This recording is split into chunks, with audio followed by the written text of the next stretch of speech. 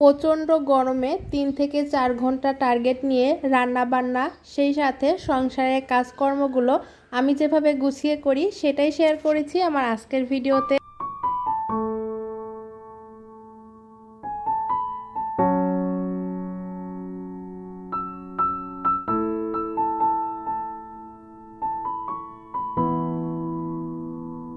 Hello everyone, আসসালামু আলাইকুম।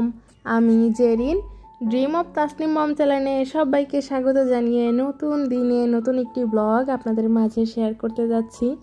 আজকের ব্লগটা খুবই ভোরবেলা থেকে শুরু করেছিলাম। এখন বাজে সকাল 5:30। দেখতেই পাচ্ছেন আমার ছাদ বাগানে কিন্তু অনেক সুন্দর 3টা ড্রাগনের ফুল এসেছে। তো আলহামদুলিল্লাহ আশা করা যায় ড্রাগন ফল পাবো।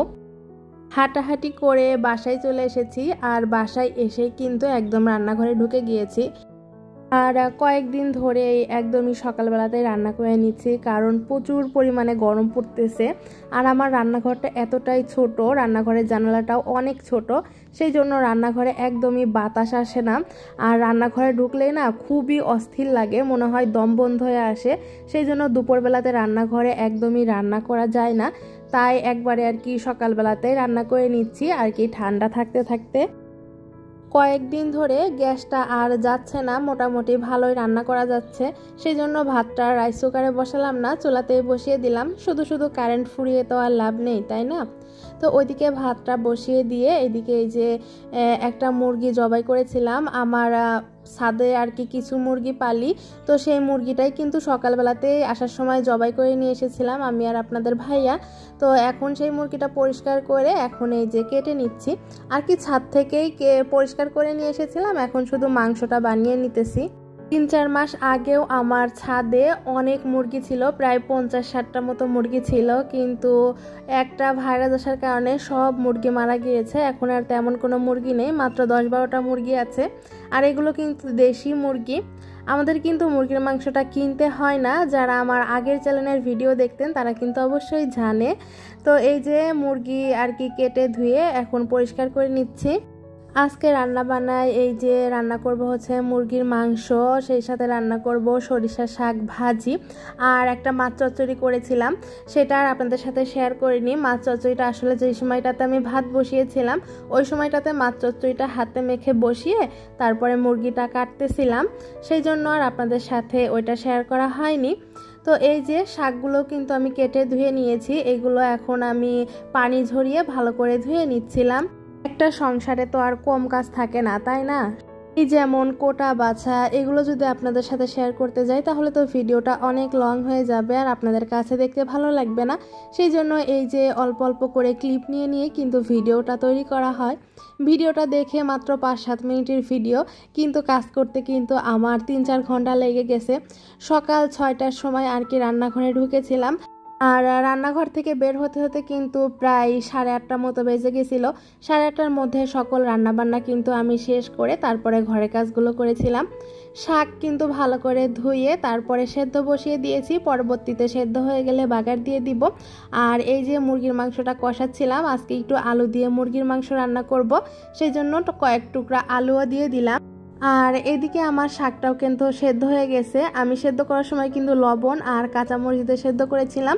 এখন শুধু তেলের উপরে পেঁয়াজ রসুন আর একটু জিরা ফোড়ন দিয়ে শাকটা বাগার দিয়ে তারপরে আর কি ভাজি করে নিব। আমরা যারা মুসলিম আছি তারা যদি একদম ভোরবেলাতে উঠে সকালে নামাজটা আদায় করে তারপরে যদি সংসারে কাজকর্ম শুরু করি তাহলে কিন্তু দেখবেন একটা দিনের অর্ধেক সময়ের মধ্যে কিন্তু আমাদের সংসারের রান্নাবান্না থেকে ঘর গোছানো সব কিছুই কিন্তু আমরা করে ফেলতে পারবো। আমি কিন্তু আমার হাতে 3 থেকে 4 ঘন্টা সময় নিয়ে রান্নাবান্না সেই সাথে ঘর গোছানো সমস্ত কাজ কিন্তু আমি কমপ্লিট করে ফেলি। তাসনিম যখন ছোট ছিল তো সেই সময় থেকেই আমি এরকম নিয়ম করে কাজ করি। সকালবেলা একদম ঘুম থেকে উঠে নামাজ আদায় করে তারপরে সংসারের কাজগুলো করতে শুরু করি আর কি, তখন থেকেই অভ্যাস হয়ে গেছে। আপনাদের সাথে কথা বলতে বলতে কিন্তু সকালে সব রান্না বান্না শেষ করে এখন চলে এসেছি ঘরে এসে এই যে সবাই ঘুম থেকে উঠে গেছে, এখন বিছানা কাঁথাগুলো গুছিয়ে নিয়েছি। আর আমরা যেহেতু নিচতলায় থাকি সেই জন্য কিন্তু প্রচুর পরিমাণে ধুলা আসে, আর কয়েকদিন ধরে বেশ ভালোই বাতাস হচ্ছে, বাতাস হওয়ার কারণে কিন্তু প্রচুর ধুলা আসে ঘরে, সেই জন্য এই যে ঘরের ছোটোখাটো যতটুকুই ফার্নিচার থাক না কেন সেতটুকুতে আর কি অনেক বেশি ময়লা পড়ছে। তো সেগুলোই আর কি অল্প স্বল্প করে মুছে নিচ্ছি। আমার যখন সংসার শুরু হয় তখন কিন্তু আমার বাসায় তেমন কিছুই ছিল না। আমার বাবার বাড়িতে যে এই জিনিসপত্রগুলো দিয়েছিল ওইগুলো আমার শ্বশুর বাড়িতেই রয়ে গেছে, ওইগুলো আর ঢাকাতে আনা হয়নি। আমি যখন ঢাকাতে বাসায় চলে আসি সেই সময়টাতে আসার সময় মাত্র 2টা বালিশ, 2টা কাঁথা আর একটা মাত্র কোল বালিশ নিয়ে তারপরে এখানে এসেছিলাম। আর আপনাদের ভাইয়া তো ব্যাচেলার ছিল, তো সেই সময়টাতে তার একটা খাট ছিল, একটা তোষক ছিল। তো এই কিন্তু 2টা বালিশ আর 2টা কাঁথা নিয়ে কিন্তু আমার সংসার শুরু হয়। সেখান থেকে আলহামদুলিল্লাহ এই 4 বছরে আমি এতটুকু ফার্নিচার করতে পারছি, সেটাতেই কিন্তু আলহামদুলিল্লাহ। তো যাই হোক, আপনাদের সাথে কথা বলতে বলতে কিন্তু এদিকে আমি সব ফার্নিচারগুলো মুছে নিয়েছি আর এখন ঘরটা ঝাড়ু দিয়ে তারপরে মুছে নিব। আর ওই যে বললাম প্রচুর পরিমাণ বাতাস হচ্ছে, বাতাস হওয়ার কারণে কিন্তু ঘর 2-3 বার ঝাড়ু দেওয়ার পরেও কিন্তু আর কি ময়লা। আগে আমি একদিন পর পর ঘর মুছতাম, কিন্তু ইদানিং প্রায় প্রতিদিনই ঘর মুছতে হয়, না হলে ঘরের মধ্যে একদমই হাঁটা যায় না।